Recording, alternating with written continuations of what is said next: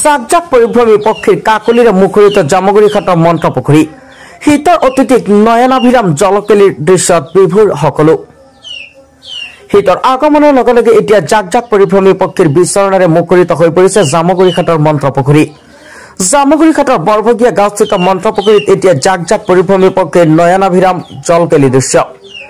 প্ৰতি বছৰৰ দৰে এইবেলি শীতৰ বতৰত বিদেশৰ পৰা আহি মন্ত্ৰপুখুৰীত আশ্ৰয় লোৱা খৰালি ধৃতৰাজ চাকৈ চকুৱাকে ধৰি মূলতঃ হাঁহজাতীয় এই পক্ষীসমূহৰ মুক্ত বিহংগই সকলোৰে দৃষ্টি আকৰ্ষণ কৰিবলৈ সক্ষম হৈছে। বিশেষকৈ পুৱা আৰু গধূলি পৰত পৰিভ্ৰমী পক্ষীৰ এই বিচৰণে এতিয়া সকলোৰে দৃষ্টি আকৰ্ষণ কৰিবলৈ সক্ষম হৈছে।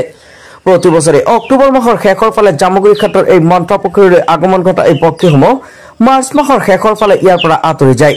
অঞ্চলটোৰ ৰাইজে এই পৰিভ্ৰমী পক্ষীসমূহ বিচৰণ কৰি থকাৰ সময়ত কোনো দুষ্কৃতিকাৰীয়ে যাতে ক্ষতিসাধন কৰিব নোৱাৰে তাৰ বাবে তীক্ষ্ণ নজৰ ৰাখি এক অনুকূল পৰিৱেশ সৃষ্টি কৰাৰ বাবেই হয়তো জামুগুৰিঘাটৰ এই মন্ত্ৰপুখুৰীত পৰিভ্ৰমী পক্ষীয়ে নিৰ্ভয় আৰু নিসংকোচে বিচৰণ কৰা বুলি স্থানীয় ৰাইজে মন্তব্য কৰিছে। এইটো হৈছে জামুগুৰিঘাটৰ বৰভগীয়া গাঁৱৰ মাজমজিয়াত থকা ঐতিহাসিক পুখুৰীসমূহৰ ভিতৰত এটা উল্লেখযোগ্য পুখুৰী মন্ত্ৰপুখুৰী।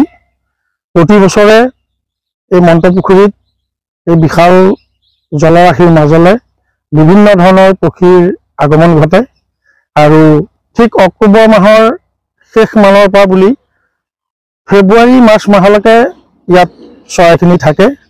এটা খুব সুন্দৰ নান্দনিক সৌন্দৰ্য আমাৰ অঞ্চলটোৰ মানুহে এই নান্দনিক সৌন্দৰ্য উপভোগ কৰিবলৈ ৰাতিপুৱা ফুৰিবলৈ আহোঁতে হওক বা আবেলি সময়তে হওক বহুত মানুহৰ ইয়াত সমাগম হয় আৰু পৰ্যায়ক্ৰমে যে ৰাইজৰ নিৰাপত্তা দি ৰখাৰ কাৰণে এই অঞ্চলত ক্ৰমান্বয়ে পক্ষীৰ পৰিসংখ্যাটো বাঢ়িছে আগতকৈ।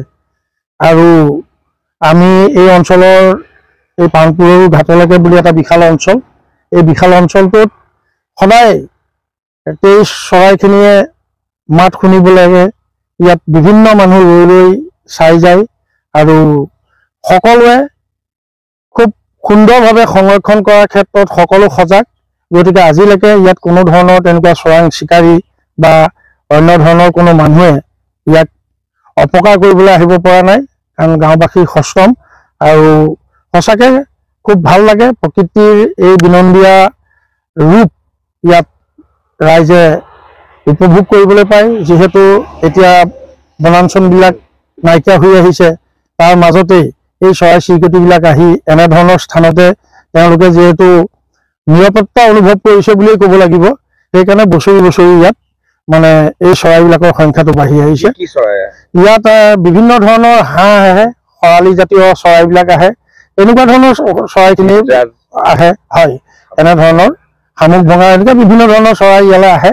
আৰু গৰম দিনতো যেনেকৈ ইয়াত মানে প্ৰায় আমাৰ বগলী জাক বগলী থাকেহি আহি, গতিকে মোটামুটি গোটেই বছৰ জুৰিয়ে থাকে। কিন্তু এই শীতকালৰ আগমনৰ লগে লগে যিখিনি চৰাই ইয়ালৈ আহে, যিখিনি হাঁহ জাতীয় চৰাই ইয়ালৈ আহে, এইখিনিয়ে আমাৰ মানে সঁচাকৈ পৰিৱেশটো খুব সুন্দৰ কৰি ৰাখে।